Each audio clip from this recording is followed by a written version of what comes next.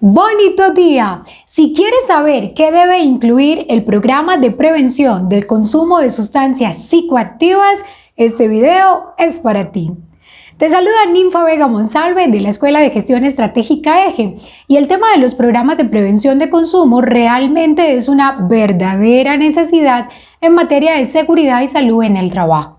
Independientemente de la estructura orgánica, del tipo de empresa, del sector económico, siempre existe la posibilidad, lamentablemente, de que alguno de los colaboradores de la empresa tenga adherencia al consumo de sustancias psicoactivas. Así que por eso en este video te voy a contar cuáles son los principales elementos que deberás incluir. Así que empecemos en materia. Lo primero que me parece clave desde mi experiencia. El programa de prevención de consumo de sustancias no solamente debería incluir las drogas de carácter ilícito, ni solamente el alcohol.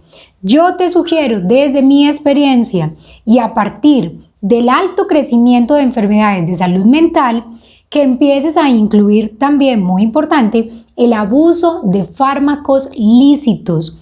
Y conozco muchos casos en empresas en donde el consumo no es de marihuana, no es de cocaína, no es de ese tipo de drogas, sino de fármacos lícitos porque la gente aprovecha el asunto de automedicarse para empezar a tratar asuntos especialmente relacionados con condiciones de riesgo psicosocial o temas de estrés, manejo de insomnio y una cantidad de enfermedades. Así que ojo con eso. Ahora sí, ¿cuál debería ser el contenido? Entonces, el programa como tal debería tener un alcance, es decir, a quienes específicamente aplica. Yo te sugiero, arranca primero con los trabajadores y cuando el programa esté bastante fortalecido, entonces lo amplías hacia los contratistas y los subcontratistas. Luego define el objetivo y aquí es importante que sepas y seas consciente de realmente cuál puede ser el impacto que tú logres con un programa de prevención.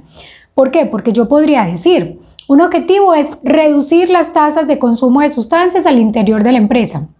Pero también yo podría establecer medidas de carácter preventivo para disminuir el consumo de sustancias psicoactivas. Estos dos objetivos parecieran iguales, pero realmente tienen una clara diferencia en los resultados. Entonces, antes de ir a redactar el objetivo, o peor, irlos a copiar de Google, primero pregúntate, ¿cuál realmente puede ser el impacto que yo genere?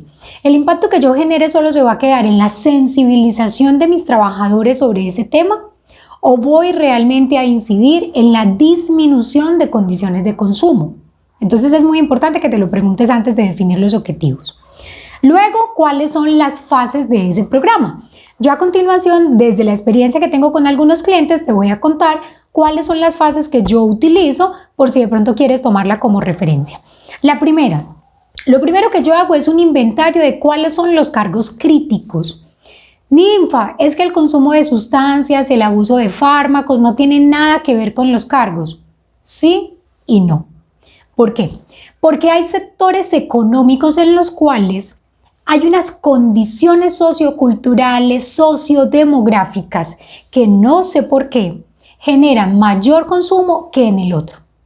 Ejemplo, si tú comparas el sector de la construcción, puede ser mucho más frecuente que los obreros consuman sustancias para poder alargar las jornadas de trabajo, para poder aguantar el ritmo de trabajo físico que implica su trabajo, a por ejemplo si te vas para el sector educación, en donde es posible que el consumo no sea tanto. Ojo aquí, que ahora pues no quiero el comentario de Ninfa, es que estás estigmatizando, es que el sector de la construcción no, es solo un ejemplo, ¿ok? No estoy diciendo con ello que los educadores no consumen y que los obreros sí consumen. A lo que te estoy invitando a pensar es si el sector económico en el cual tu empresa se desarrolla tiene o no tiene indicadores de mayor consumo que el resto de sectores económicos. Bien, cuando yo ya he identificado cuáles pueden ser esos cargos críticos, entonces ejemplo, voy a retomarlo porque montamos un programa para una constructora, era muy común que los obreros y los obreros más rasos, es decir, aquellos que se dedican a tareas muchísimo más operativas, expuestos a sol, expuestos a condiciones físicas realmente duras, presentaran en muchas de las ocasiones consumo de marihuana.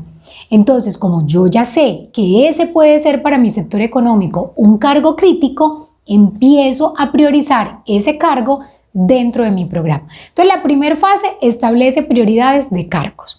Segundo, cuando ya has analizado ese tema de los cargos, entonces vete a hacer un inventario de los trabajadores que tal vez podrían hoy estar manifestando condiciones de consumo.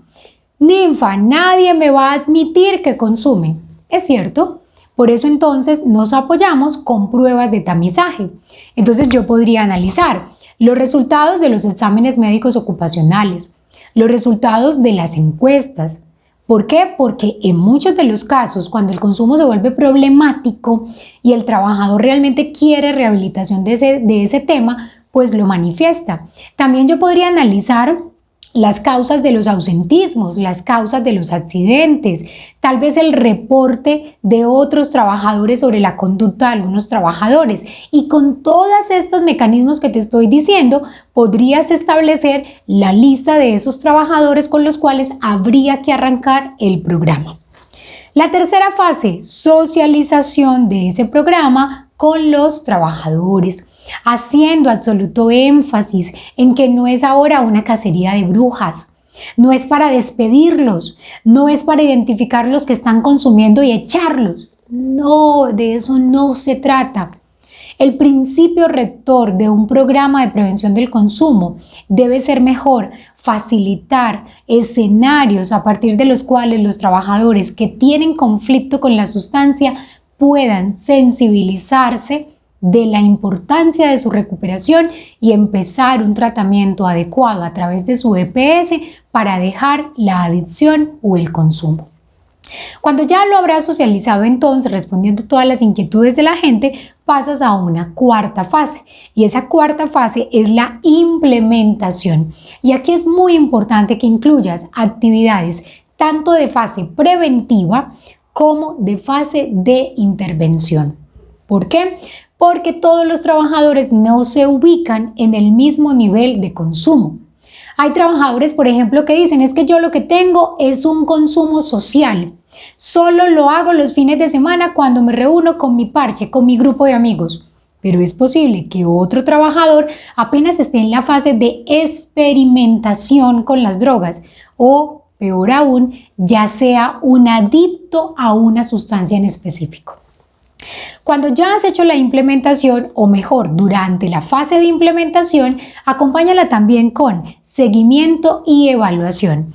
Y sobre todo, la medición de los indicadores, que es muy importante. Esos indicadores tienen que ser coherentes, tienen que responder con los objetivos que inicialmente te propusiste en ese programa.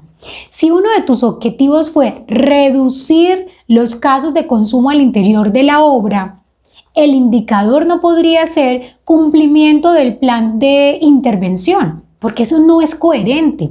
El hecho de que tú ejecutes las actividades del programa no significa que lograste la reducción de los casos. Más bien, un indicador que es coherente con ese objetivo, con ese propósito que tú mismo te planteaste, es número total de casos nuevos reportados sobre el total de casos existentes por 100.